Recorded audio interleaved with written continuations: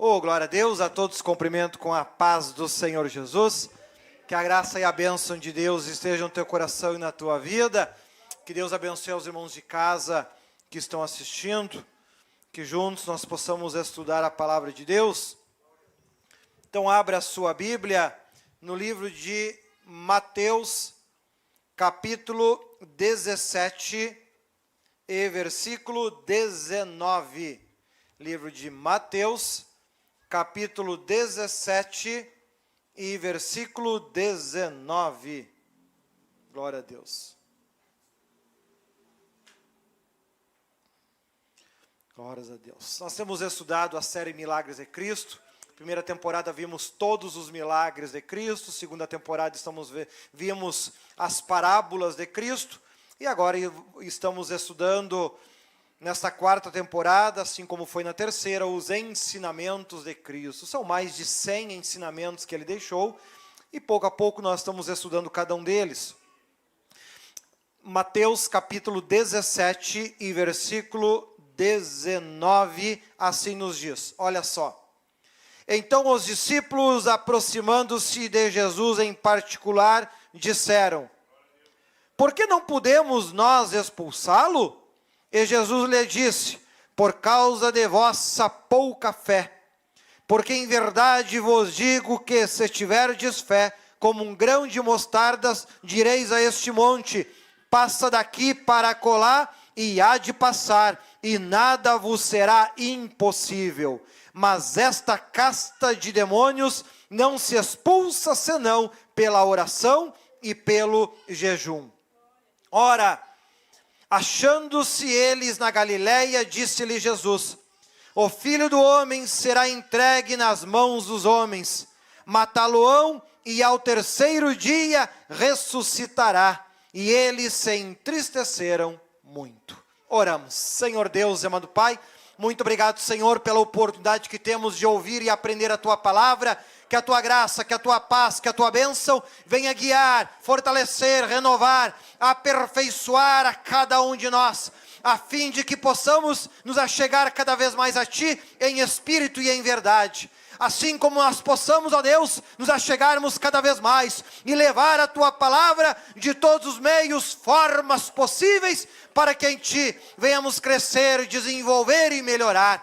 Graças Te damos, ó Deus, muito obrigado por tudo, pois damos glórias ao Pai, ao Filho e ao Espírito Santo de Deus. Amém?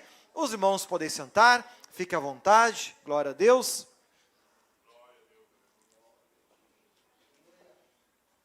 Oh, glória a Deus. Ao longo do tempo que nós vamos construindo o nosso relacionamento com Deus, nós, quando começamos a igreja, não temos nenhum conhecimento, e boa parte do conhecimento que temos está muito provavelmente errado ou com uma visão contaminada. A Bíblia diz que para todos nós não há outra forma a não ser nascermos de novo. É necessário nós deixarmos as nossas experiências de lado, os nossos medos de lado, as nossas metas, os nossos sonhos, tudo aquilo que em algum momento teve importância para nós é preciso deixar de lado para nascer de novo e começar uma vida da forma que Deus deseja, do modo que Deus deseja. Para que assim tenhamos alguma chance de alcançar a vida eterna. Observamos que aqui estamos vendo a história dos discípulos, estes que há um bom tempo já acompanhavam Jesus, já andavam com Jesus, ouviam os ensinamentos, não por um profeta como acontecia no passado, não por um grande líder como acontecia no passado, mas os estavam recebendo e aprendendo diretamente com Cristo, aquele que veio do céu para trazer a salvação para cada um de nós.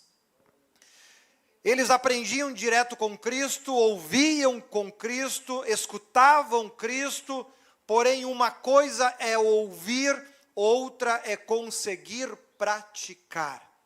Uma é entender e outra, de fato, é compreender. Porque, por vezes, nós, mesmo tendo tempo de igreja, ainda não conseguimos passar por este processo de transformação, de fato nascer de novo. Ainda mesmo estando na igreja, mesmo ouvindo Deus falar, não de forma direta, mas através dos profetas, continuamos misturando aquilo que é de Deus com as nossas visões, com as nossas ideias, com as nossas crenças, com as nossas ideologias de certo, de errado, de modo correto de servir a Deus, de modo certo de se aproximar de Deus, cada um com a sua forma de ser crente, por vezes vivendo um caminho bastante perigoso, construindo uma fé que não é uma fé inabalável, é uma fé frágil, baseada não no poder, na autoridade do Espírito Santo, baseado em experiências e opiniões pessoais. Ao longo da vida, a Bíblia demonstrou que uma das poucas formas de ensinar que Deus teve com o ser humano e que de fato deu certo, foi permitindo que o ser humano vivesse perdas e derrotas ao longo da vida. Desde lá do início da Bíblia, no Jardim do Éden, Deus criou um lugar belíssimo, perfeito, onde nem mesmo a morte estava autorizada a entrar, onde eles poderiam viver pela eternidade tranquilos, na mais plena paz. E ao meio do jardim colocou uma árvore, e ali disse: não comam desta árvore. Uma vez eu inclusive preguei uma mensagem sobre isso, você encontra nas redes sociais, A Porta de Saída, onde trabalhamos bastante a ideia sobre essa árvore. Mas apenas falar o certo não resolveu. E bastou uma simples cobra e serpente dizer para eles fazer algo diferente, que a opinião de Deus, o Criador, se tornou inferior e a da serpente superior. Eles ouviram a serpente e trouxeram grandes desgraças sobre a sua vida. Tiveram que aprender que Deus sempre está certo da pior forma possível, vendo Caim matando Abel, vendo a sua família assim como crescia, de forma exorbitante, ao ponto que a Bíblia diz que a família de Adão e Eva já formava grandes cidades. Assim como a família crescia, também a maldade, o ódio, a raiva se multiplicava no meio da família de Adão e Eva, e eles enxergando tudo isso e nada mais podendo fazer a não ser continuar fortes. Deus abençoe a minha família. Que jeito, você já trouxe desgraça sobre ela. Deus pode perdoar o pecado que a gente comete, mas não consegue anular a consequência. Porque Ele não tem poder para isso? Claro que Ele tem poder, para Deus nada é impossível. Porém, muitas coisas que mesmo sendo possíveis para Ele, Ele não pode fazer pela palavra que Ele mesmo escreveu. Ele não se sente feliz por você sofrer, por você padecer, por você enfrentar dificuldades, por você enfrentar lutas. Ele não fica feliz com isso. Porém, se os teus atos anteriores foram maus, a sua própria palavra diz que aquilo que a gente plantar, nós também vamos colher. E mesmo Ele vendo hoje você com o coração mudado, transformado, diferente, Ele não pode anular essas coisas e você vai ter que continuar colhendo, assim como Adão e Eva tiveram que colher. Porém, nós vemos que o tempo passou e a forma do ser humano se relacionar com Deus não mudou. Em um dado momento, um homem chamado Saul saiu atrás de um animal que tinha se perdido. Não lembro bem que bicho que era, um cabrito, uma ovelha, cabrito acho que era, eu não lembro, é algum bicho assim. Ele saiu atrás de um bichinho, voltou para casa, consagrado a rei por ordem de Deus. Jumenta? Então tá, eu sabia que tinha 4 patas. Então veja que ele saiu atrás da sua jumentinha, que tinha se perdido, se encontrou com o servo de Deus, foi consagrado a rei por ordem do Senhor e voltou para casa com a jumenta e consagrado a rei.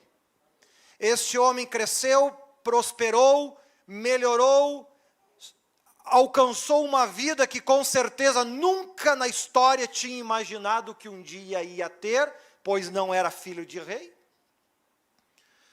Porém, mais uma vez o ser humano resolveu dizer que Deus não estava totalmente certo, que os seus servos não estavam totalmente certos, que tinha uma forma melhor de se fazer. Lá foi o homem querer inventar a roda de novo. Os anos se passaram, os problemas começaram a acontecer. Saul, em meio ao desespero, começou a se afundar cada vez mais no pecado, porque o ser humano, quando enfraquece na fé e o desespero bate, grande maioria deles não se volta com força para Deus, se afunda com força no pecado, como se estivesse caminhando em uma areia movediça. Observamos então que Saul se desespera, o profeta já havia morrido, então Saul vai a uma vidente para chamar o profeta para lhe aconselhar do que tinha que fazer. Olha que coisa incrível, né? Quando o profeta era vivo, não ouvia o que ele falava, depois de morto queria ouvir. Ou seja, poxa vida, seria tão mais fácil se a gente simplesmente deixasse as coisas acontecerem da forma que Deus deseja, da forma que Deus quer. Seria tão mais fácil, seria tão mais simples. Isso não anularia todos os sofrimentos da nossa vida, pois vivemos num mundo mau e perverso. Agora, com certeza, nós passaríamos por tudo isso com muito mais tranquilidade. Ao invés de afundar nessa areia movediça, nós caminharíamos tranquilamente sobre ela, assim como Cristo, depois de um dia de pregação, uma noite quase de oração, foi dar uma caminhadinha sobre a água. Pois o problema não era o mar, o problema não é o pecado do mundo, o problema não é a maldade nos homens, o problema é a falta do Espírito de Deus em nós. Porque se Deus estiver com nós, Ele vai nos guardar e nos proteger, assim como Davi depois já pronunciava, Saul não conseguiu entender isso. E o resultado, ele viu os seus filhos serem mortos na guerra, e ele terminou cometendo suicídio em um desespero, pois estava diante de uma situação que não tinha mais solução. Um homem que Deus escolheu para ser grande, pelas suas próprias escolhas se fez pequeno. Deus não queria que ele tivesse esta vida, Deus não decidiu que ele morresse desse jeito. Foram as suas escolhas que levou a tudo isso.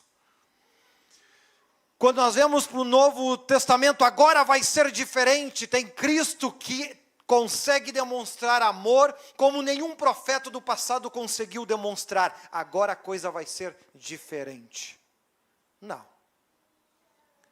O homem sempre foi homem, sempre será homem e vai terminar sendo exatamente o mesmo homem. Mesmo que diante dele passasse um filme de todos que nasceram, cresceram e morreram na terra e ele enxergasse todos os erros que estes cometeram.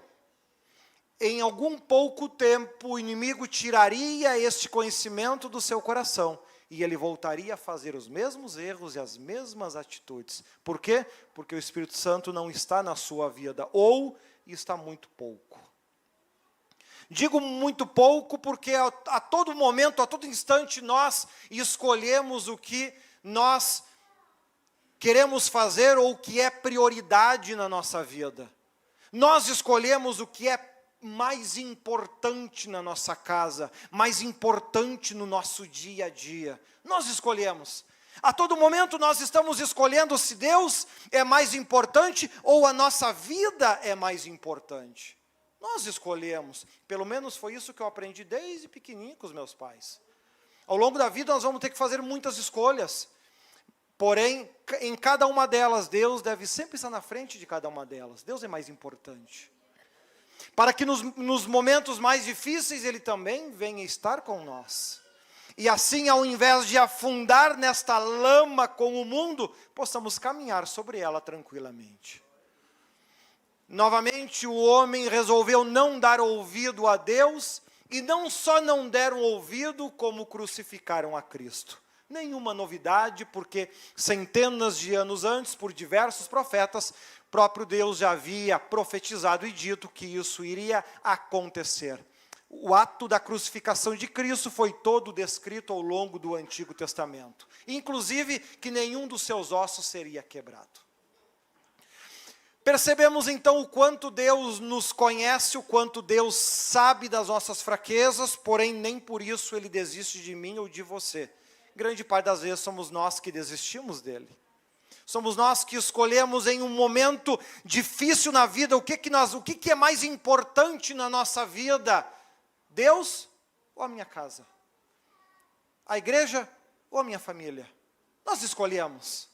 Nós escolhemos o tempo todo, nós temos o direito de escolher isso. Isso influencia em todo o restante? Claro que sim.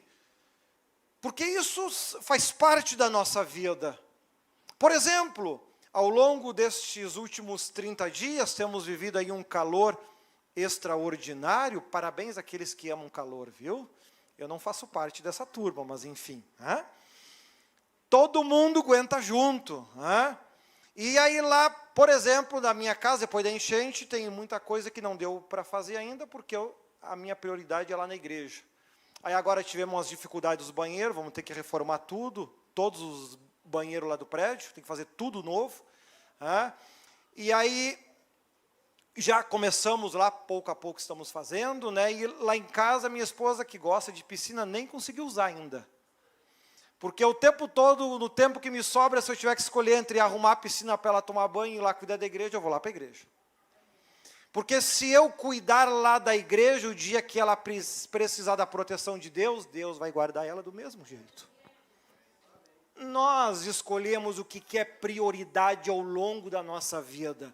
Para que de fato Deus esteja em nós, para que de fato Deus esteja conosco. Eu acredito que lá no céu deve ter alguma piscina, depois ela tira o atraso lá em cima.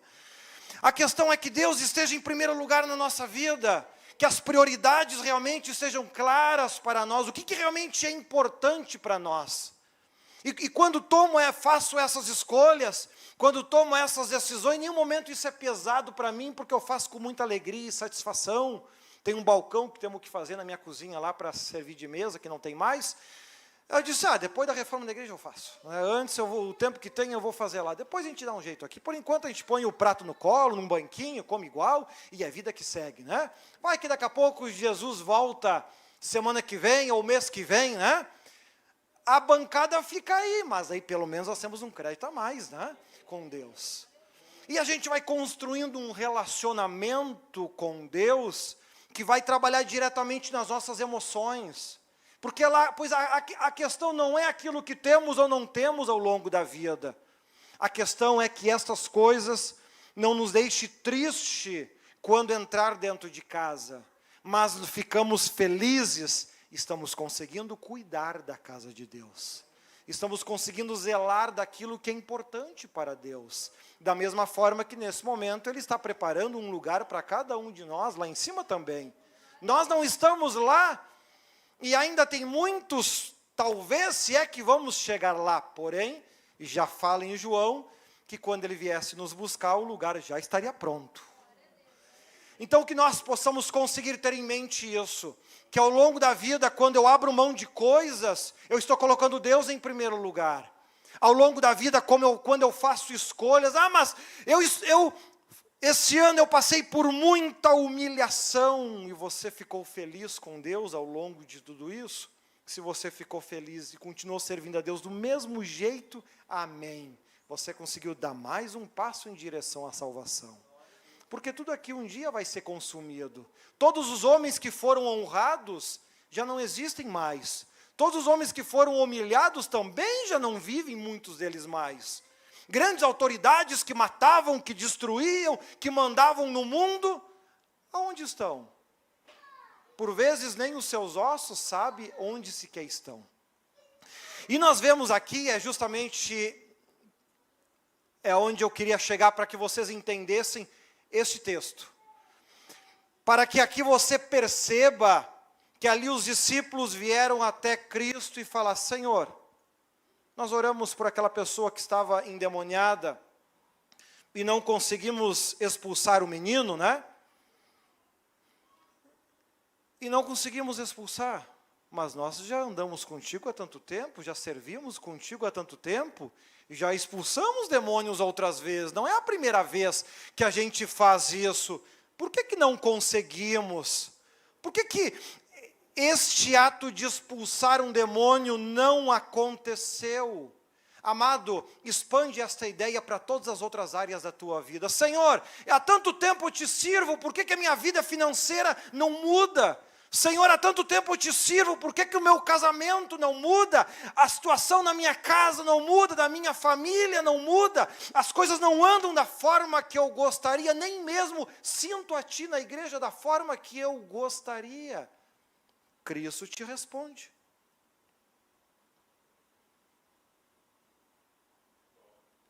Por causa da vossa pouca fé. Porque em verdade vos digo que, se tiverdes fé, como um grão de mostardas, direis a este monte: passa daqui para acolá, e há de passar, e nada vos será impossível. Deus está falando alguma novidade aqui? Não.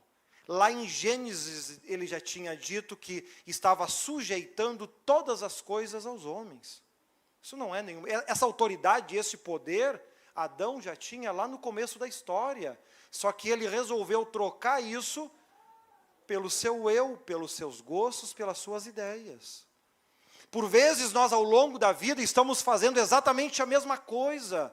Estamos trocando a autoridade de Deus por coisas pequenas, passageiras e momentâneas. Quando Deus olha no nosso coração, podar a grama do jardim é mais importante que vir ao culto.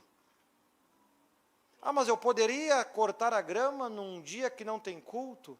Ah, mas aí ela vai ficar mais um dia feia. Por quê? Porque aquilo é mais importante do que, de fato, Deus na minha vida. E aí nós terminamos construindo um relacionamento muito fraco. A fé vem pelo ouvir, e ouvir a palavra de Deus. E não é apenas ouvir, é você conseguir colocar em prática nas mínimas situações da tua vida, nos mínimos propósitos e acontecimentos, em cada momento que você puder escolher algo que te refere a Deus, algo que te refere à tua vida própria, você conseguir escolher Deus e se sentir alegre e feliz por isso. Ah, mas ninguém dá valor, irmão, para de servir homem, começa a servir Deus. Porque se a gente não consegue servir a Deus, nunca conseguirá servir também aos homens e às autoridades que aqui estão. Precisamos ter em mente, Deus realmente tem que ter importância na minha vida.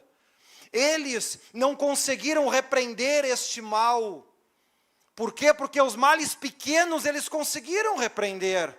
Quem sabe quando você chegou na igreja, você tinha algum vício e conseguiu se livrar deste mal. Quando você chegou à igreja, você não conseguia dormir em paz e agora você consegue dormir em paz. Os pequenos males tu conseguiu expulsar da tua vida. Porém, quando chega diante dos maiores, você não consegue expulsar. Porque eles têm mais força que você. Eles ainda conseguem te escravizar. Eles ainda conseguem te dominar. E quando Deus te dá a oportunidade de crescer, você escolhe aquilo que não te faz crescer. exatamente aquilo que o mal quer. Então, todos os dias, Cristo está nos ajudando e tentando nos despertar. Acorda. Acorda para a realidade. Coloca aquilo que é de Deus em primeiro lugar na tua vida. E esse versículo 22, coloca aí para mim, por favor. Quando eu estudei esses 4 evangelhos, Mateus, Marcos, Lucas e João, e dividi eles em 4 áreas diferentes, e cada uma dessas 4 áreas eu dividi em outras 218 partes, eu percebi que esses versículos que a gente estudou antes, seria impossível estudar sem esses 2. Porque aqui eles complementam e dizem exatamente aquilo que aqui nós estamos entendendo. Ao longo da minha vida de crente, eu preciso perceber, eu preciso entender que diminua eu e Cristo cresça em mim. Que diminua aquilo que eu gosto e cresça aquilo que Deus gosta. Que diminua a minha vontade e cresça a vontade de Deus. Que diminua aquilo que é importante para o Leandro carnal e cresça aquilo que é importante para Deus. Amanhã, domingo, o que é mais importante para mim, que eu estivesse em casa limpando a piscina para de tarde a minha esposa usar, ou de manhã dando estudo bíblico aqui e à noite lá em Guaporé? Eu tenho que perceber aquilo que é importante para Deus, para que as nossas emoções sejam compatíveis. Andarão 2 juntos se ambos não estiverem de acordo? Ensinamento antigo, desde o Antigo Testamento já se falava isso. E as minhas emoções devem estar unidas com as emoções de Deus. Senão nós vamos sempre andar em direções opostas. E veja que os discípulos não conseguiram vencer estes demônios justamente porque eles não estavam ainda em sintonia, em equilíbrio com Deus. Olha só o que esse versículo diz. Ora, achando-se eles na Galileia, disse-lhe Jesus: o Filho do Homem será entregue nas mãos dos homens, e matá-lo-ão, e ao 3º dia ressuscitará. E eles se entristeceram muito. Por que se entristeceram? Nós estamos falando que Jesus Cristo, que veio à terra e a venceu o diabo, e sentar à direita de Deus Pai Todo-Poderoso. Como pode ser triste isso? Como pode ser triste ele se tornar o homem mais poderoso no céu e na terra, ou em qualquer outro lugar que ele pisar e andar? Como pode ser triste isso? Como poderia isso ser triste para Deus? Poder sentar o seu filho ao seu lado com honra, não simplesmente porque é um filho. Salomão se tornou rei porque era filho de Davi. Até aí não tem muita honra. Jesus Cristo se tornou rei porque não morreu numa cruz e não pecou. Isso é honra. Ele conseguiu sentar no trono, receber todo o poder no céu e na terra de forma honrada, por mérito puro do esforço e da fidelidade que teve. Como pode ser triste isso? Então perceba que eles ainda não conseguiam entender isso, porque eles olhavam para Cristo carnal, não olhavam para o homem espiritual e a vontade de Deus que iria se cumprir. Seria a mesma coisa que nós nos entristecêssemos na volta de Cristo, porque o mundo todo ia ficar aí e não iria se salvar. Tá, mas de quantos que vão estar sendo salvos e subindo ao céu? A palavra de Deus, mais uma vez, vai ter se cumprido exatamente como Ele previu, da forma que Ele previu, do jeito que Ele descreveu há milhares de anos atrás. Então, que nós possamos conseguir deixar de ser simples discípulos, simples aprendizes, e conseguirmos construir um relacionamento forte com Deus, onde as nossas emoções vão estar ligadas às emoções de Deus. Nós vamos conseguir entender o que de fato é importante para Ele. Não apenas as grandes coisas, os grandes propósitos, não, nas pequenas coisas, nos pequenos gestos. Que lá, num pequeno gesto, eu vi que na igreja tem pouco papel higiênico, eu vou levar um pacote no próximo culto. Nas pequenas coisas, eu ter em mente, poxa, eu vou servir a Deus Lá nas pequenas coisas. Porque ele também diz, se for fiel no pouco, sobre o muito eu te colocarei. É importante que Deus possa ser enxergado em nós, nas pequenas coisas, para que a gente entenda qual é a boa e perfeita vontade de Deus. Jesus te ama, Deus te ama, o Espírito Santo sempre está conosco, mas eles podem apenas ir até onde você permite. E todas as bobagens que você fizer, você é livre para fazer, porém é escravo da consequência que cada uma delas trouxer. A única coisa que Deus pode fazer, que o Espírito Santo pode fazer, é nesses momentos ruins, estar contigo. Mais nada. Que Deus te ilumine, que Deus te abençoe, seja forte, valente, porque a Bíblia diz que aquele que aguentar até o fim, será feito coluna no templo de Deus. Glória a Deus. Palmas para o Senhor Jesus. Deus te abençoe.